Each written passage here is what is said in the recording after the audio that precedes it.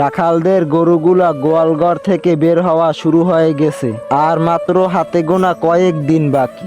অনেক রাখালের প্রিয় পশুগুলা টাকার কাছে বিক্রি হয়ে যাবে, আর বোবা পেয়ানিগুলো হয়তো বলবে,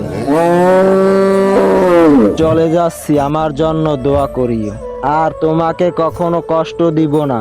সকালবেলা ঘুম থেকে উঠে আমার জন্য খাবারের ব্যবস্থা করা লাগবে না, দুপুরে আবার গোসল করিয়ে দেওয়া লাগবে না, বিকেলে আবার খাবার দেওয়া লাগবে না। চলে যাচ্ছি আমি আল্লাহর রাস্তায় কোরবানি হওয়ার জন্য। যদি তোমাকে কখনো কষ্ট দিয়ে থাকি, আল্লাহর রাস্তায় আমাকে মাফ করে দিও।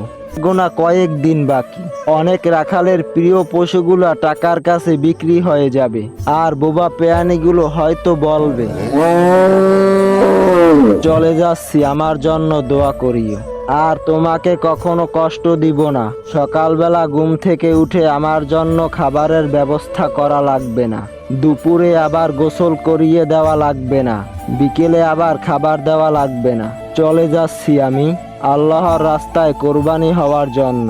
যদি তোমাকে কখনো কষ্ট দিয়ে থাকি, আল্লাহর রাস্তায় আমাকে মাফ করে দিও।